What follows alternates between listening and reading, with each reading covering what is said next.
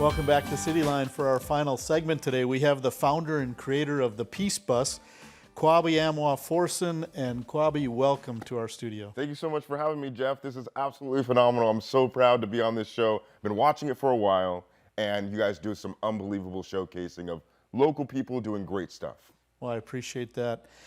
So tell us, people are wondering, what is the Peace Bus and how did it get started? Right, great question. So the Peace Bus is a local humanitarian aid organization. Basically, I use my baby blue bus that's here on my shirt, right? It's an actual vehicle, and I use it to deliver goods and services to people in need, people who are experiencing poverty, homelessness, people who are experiencing hunger, and just trying to do what I can to help the community out. I've taken the Peace Bus all across the country, giving out hundreds of books about love and peace to the youth, and I'm just in the business of helping others and giving. That's what I do. Excellent.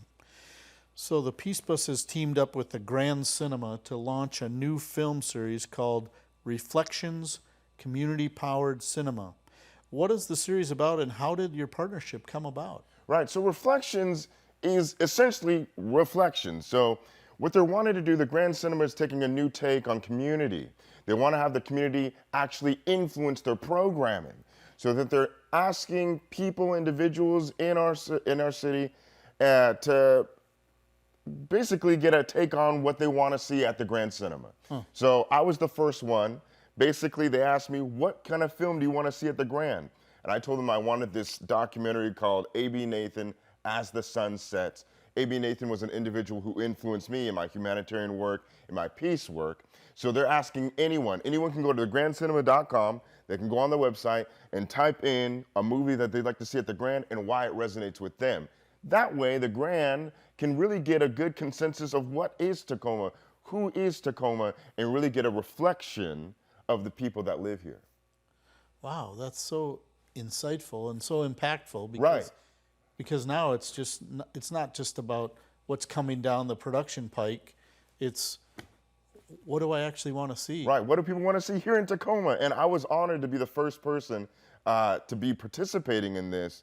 And as I was explaining, As the Sun Sets, A.B. Nathan, his documentary, I think it's going to be impactful for people to see, you know, who influenced me to do the work that I do, and to see that there's people, individuals out here in the world that are making strides towards positivity and helping people in need. It's really important. So tell us a little bit more about A.B. Nathan and why you chose the documentary about him. Yeah, A.B. Nathan's the GOAT. He's the GOAT. So he was a humanitarian from Israel. His heyday was like the 60s and 70s, around that time. And he had an airplane called the Peace One. Oh. And he flew it from Tel Aviv all the way into Egypt to promote better relations between Arabs and Jews, two factions of people who have been at odds for quite some time. Yeah. And so what it did, it caused a fuss. People got really involved and interested in this thing called peace and how we can come together. And I was completely enamored by this gentleman. Most of his work was actually done with his peace ship. He had a peace ship in the Mediterranean Sea. Wow. And it was a radio station. And he played good music. He'd invite people to come on the ship to have discussions, discourse about how we can come together.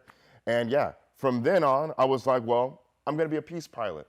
And that's when I started doing more of my peace campaigning and really trying to, you know, cause a fuss, I'd like to call it, you know, cause more commotion on what we can do to actually come together as a world. Nice. Well, other than A.B. Nathan, who were other individuals that inspire you? Right, great question. Yeah, Muhammad Ali, the greatest of all time. His work was really influential in even how can you use your voice in order to get people enthralled with whatever you're trying to do, right? How can you use your voice in order to make viable change in the world? And then another gentleman is Brian Haw. And Brian Haw was a peace campaigner from London, England. He camped outside of Parliament Square for 11 years, where they do all their litigation and government work. And he did that for 11 years, promoting love and equality for all people. If anyone's listening to this, they should look up Brian Haw. He's also the GOAT. You know how to spell that? Brian, H-A-W, so B-R-I-A-N H-A-W. Okay, very good. So we hear you're actually taking flying lessons. What is this about? Right. The peace plane. I will be in the sky by 2025 to indulge in the greatest aviatic trip in the history of humankind. It will be a flight for justice, a flight for peace, a fight for humanity. Yes, indeed. I hope to go to different countries, different nations, talk to world leaders, celebrities, and everyday people about how we can come together. And not only that, but to raise awareness of the inhibitors of peace, the major inhibitors of peace being poverty, racism, and lack of quality education. It makes no sense, Jeff. It makes no sense that one kid should live in another part of town and another kid should live in another part of town, and they should have different education in the sense of one should be less educated than the other when the solutions that we desperately need as a world are embedded in either one. We need the cure for cancer. We need new innovations and new innovations that are going to transcend humanity to its highest height. We can't do so if we're lacking education. Right. Very good.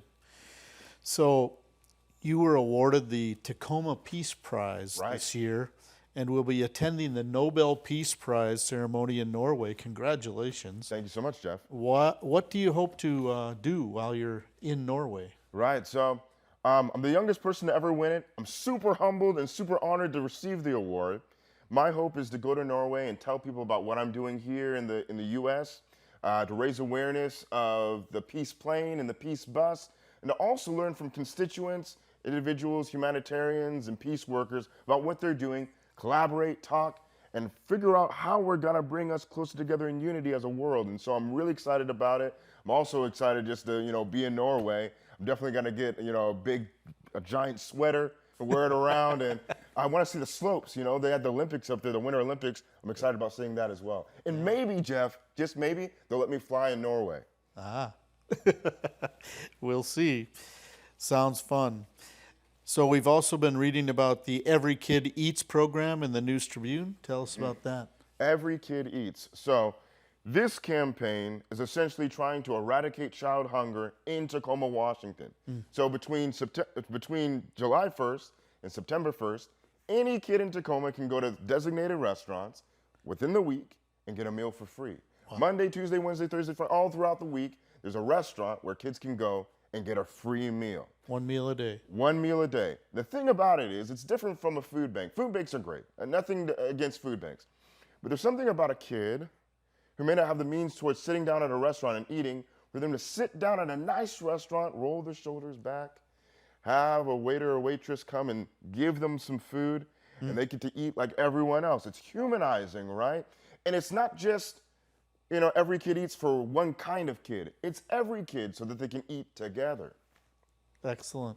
Yeah, man. I mean, what a movement. And shout out to all the restaurants being involved. Buddy's Chicken and Waffles. We got Happy Belly. We got Chris Green's. We got Dusty's. A whole assortment of restaurants. And if anyone is interested in knowing what restaurants are involved, they can go to thepeacebus.org, look it up, and definitely support these restaurants because they're very generous. That brings me back to where we started about the Peace Bus. Right. Tell us a little bit more about the Peace Bus and how you got started. Right. I kind of skipped over that a little bit. I got excited. So basically, in 2017, I was in grad school. Do you even know? And I was still trying to figure out where do I go from here. I'm in grad school. I'm doing what I'm supposed to do, and I was still feeling unfulfilled. So I reached out to an old academic advisor of mine. His name is Peter Baccio. And I reached out to him. I was like, Dr. Baccio, I'm struggling. And he told me, stop asking the question of what do you want to be. You could be a lawyer, you could be a doctor, you could be a bunch of different things. You're a capable young man. But you should ask yourself, who do you want to be? And so I did. I thought, well, out of all things in the world, I feel that who I am is someone who advocates love and compassion. And I love diversity. People from different walks of life, races, colors, and creeds coming together for a greater cause. And from then, through that understanding of self, I created the Peace Bus and started using this baby blue vehicle with a Peace Bus on the side, driving it around town and promoting peace. Now, at first, I was thinking it'd just be a vehicle where people would see it and they'd be like, oh, peace. Let me, try to get more peaceful, right? Yeah. But there's a space in the bus where there's just nothing. There's no seats. And I thought, why not use this space? I talk about peace. Why not put it in action? That's when I started using that space to do humanitarian aid and delivering things to people in need, this sort of stuff. Very good. Well, it's an amazing story. We wish you the very best. We're so proud of you and congratulate you on your Nobel Peace award. Tacoma Peace Prize, yeah, for Yeah. sure. Yeah. And we just wish you the very best as you go forward. We've run out of time. Okay. So we have to end it here. But thanks again for joining us today. Founder, creator of the Peace Bus, Kwabi Amoah-Forson. And thanks again for joining us. Thanks, Jeff. Appreciate you, man. And that brings us to the end of another fun edition of Cityline. Thanks for joining us. As always, pay it forward, and we'll see you again here next Thursday. Take care, everybody.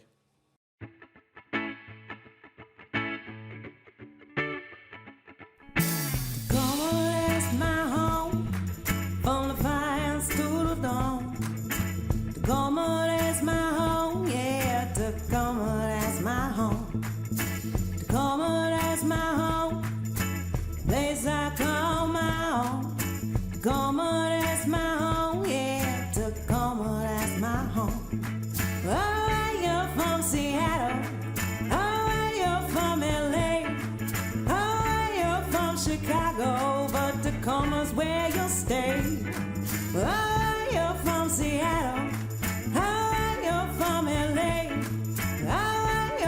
Chicago, but Tacoma's where you'll stay, yeah.